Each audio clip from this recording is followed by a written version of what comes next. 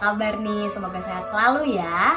Kali ini Vina mau ngebahas investor wanita juga, tapi kita terbang dulu nih ke Saudi Arabia. Namanya adalah Lubna Olayan. Wanita ini nih asal Saudi Arabia. Sebelum kita mulai, jangan lupa nih teman-teman, subscribe, like, komen, dan follow juga yang dengerin di Spotify. Namanya adalah Lubna Al-Olayan. Dia lahir di Arab Saudi pada tanggal 4 Agustus 1955. Kenapa sih Vina pengen ngebahas sosok wanita ini? Nah, karena menarik banget. Dia itu adalah salah satu wanita pertama yang memimpin sebuah bank besar. Bank ini adalah hasil merger dari Saudi British Bank atau SABB yang terafiliasi dengan HSBC Holding dan Al-Awwal Bank.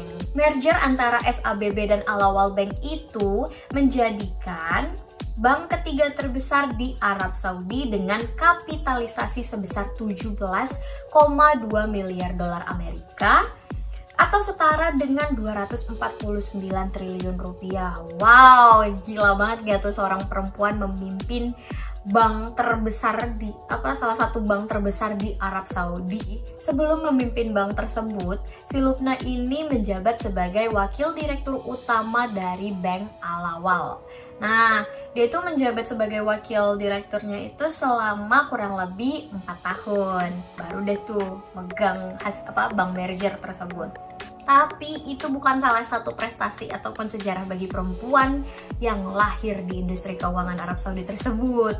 Sebab ternyata Lubna sebelumnya merupakan perempuan pertama yang menjabat posisi tinggi pada sebuah perusahaan ketika ia terpilih sebagai Dewan Saudi Hollandi Bank pada tahun 2004. Di tahun yang sama nih ya, dia adalah wanita pertama yang melakukan pidato di Jeddah Economic Forum, dan setelahnya ia menduduki posisi sebagai wakil dari World Economic Forum di Davos, Swiss. Kita lompat ke karirnya aja. Dengan pengalaman dan prestasinya di bidang keuangan, Lubna kemudian menjadi CEO Olayan Financing. Dan intinya perusahaan itu adalah perusahaan investasi dan merupakan holding sebagai bagian dari konglomerasi yang didirikan oleh ayahnya pada tahun 1947. Sebagai CEO Olayan Financing, Lubna Olayan bertanggung jawab atas 40 perusahaan yang berdiri di bidang sektor manufaktur.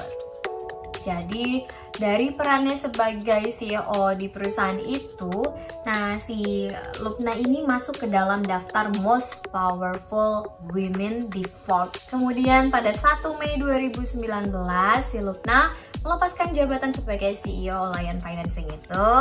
Tapi nih ya, meskipun Olayan Financing itu adalah perusahaan dari keluarganya, tapi si Lubna ini bukan berarti dia orang karbitan, karena dia masuk ke bisnis keluarganya tuh sejak 1980-an ketika masih belum umum tuh diterima secara sosial bagi wanita Saudi untuk bekerja dan berbisnis.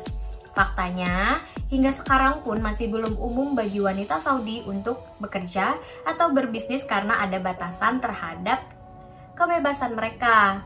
Bahkan perusahaan Olayan hanya punya sedikit sekali karyawati. Jadi memang beruntung sih bagi si Lubna karena lahir di keluarga yang tepat banget.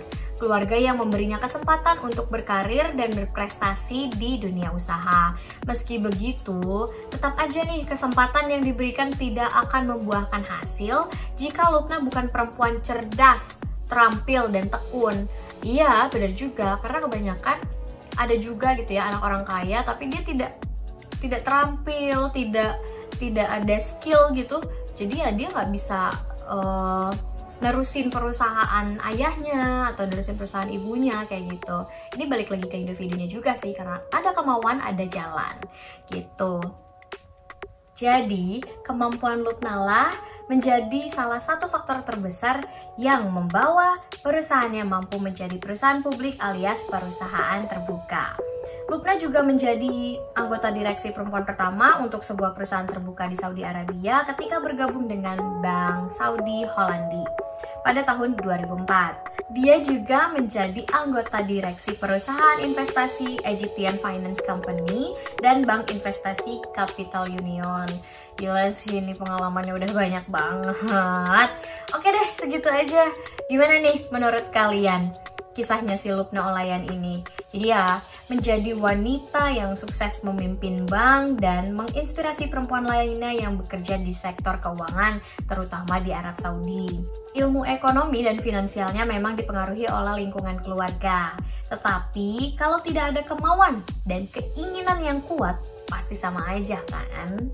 Dan apalagi dia adalah perempuan yang menginspirasi perempuan-perempuan lain di Arab Saudi. Jadi mungkin jadi makin semangat perempuan-perempuan lainnya. Wah, dia aja bisa, kenapa gue enggak? Kenapa gue harus di rumah aja? Gue juga punya pikiran, otak yang mau bisa gue jalankan untuk bekerja. Apa sih Vina, nggak jelas.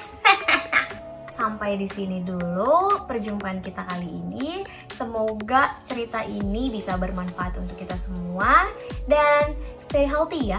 Dadah.